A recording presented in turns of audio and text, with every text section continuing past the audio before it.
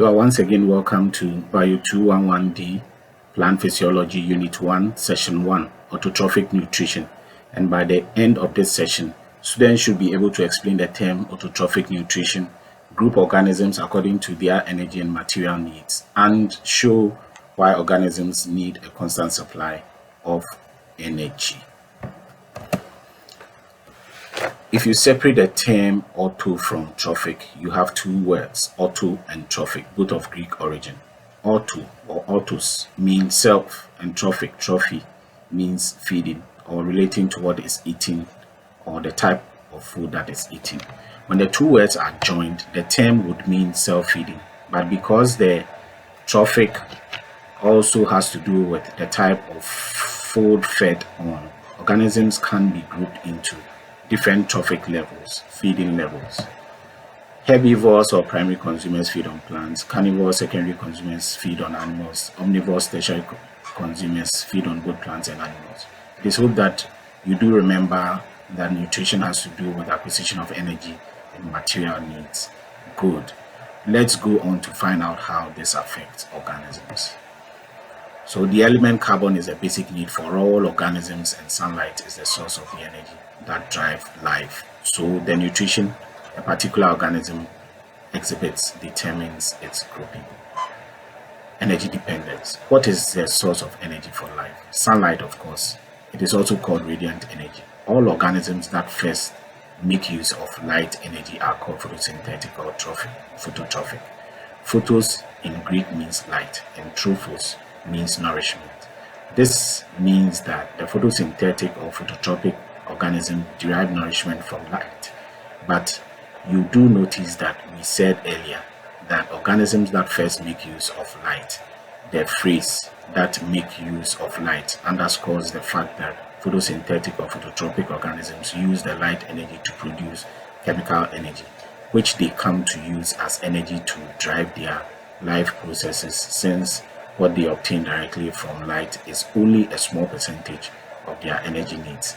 Chemotropic organisms, as you can well guess, derive their nourishment from chemical energy or organic molecules.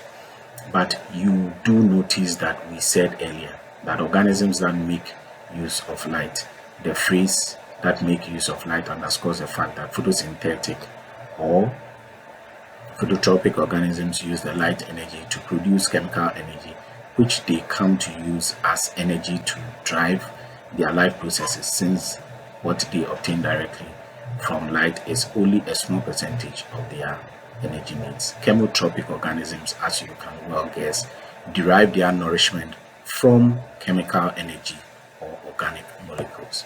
Organisms obtain their basic material need from the element carbon. The source of the carbon used is from the inorganic compound carbon dioxide. As you can see, the carbon is just an element, and it is not in the form that can be utilized as a result. It must first be incorporated into organic chemical energy. Organisms that are able to build carbon into organic molecules for use by themselves, and the others are called autotrophs. They are described as being autotrophic. What is the origin of the word autos, and what does it mean? Interestingly, autotrophic organisms capture or utilize light energy to build the carbon element into large organic molecules. As such, autotrophic organisms also photosynthetic and can be called phototropic organisms. They are made up of all green plants and algae.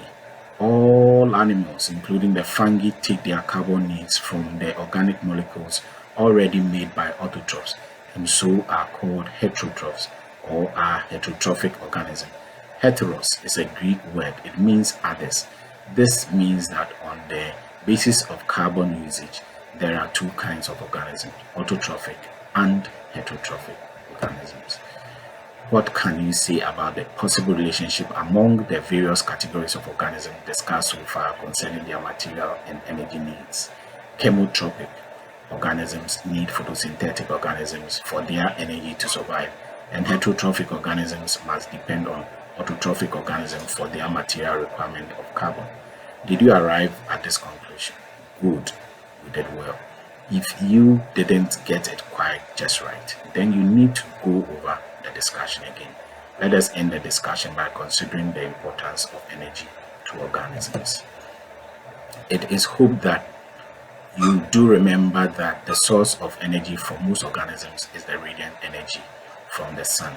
Plants first capture and transform the light energy into chemical energy in organic molecules through the process of photosynthesis. All organisms, then, including plants, must make use of chemical energy. This they must have in a continuous supply to survive. Let us list some examples of the use of energy by organisms so you can appreciate why energy is so important to them. 1. Energy is used by organisms to build substances for growth and repair of the body. 2. Energy is used in active transport to move substances against diffusion gradient into and out of cells. 3. Energy is used for movement of large molecules within and out of cells by phagocytosis, pinocytosis, and exocytosis. 4. Energy is used in the electrical transmission of nerve impulses. 5. Energy is used for the mechanical construction of muscles in vertebrates, the beating of cilia and flagella. 6. Energy in the form of heat released from the breakdown of chemical energy is used to maintain a constant body temperature in mammals and birds. 7. Energy is used to produce light by organisms such as fireflies, glowworms, and some deep-sea animals. The phenomenon is called bioluminescence. So in review, in this session, we have considered and explained autotrophic nutrition and also grouped organisms on the basis of their energy and material needs. The session was concluded by showing why organisms need energy to survive.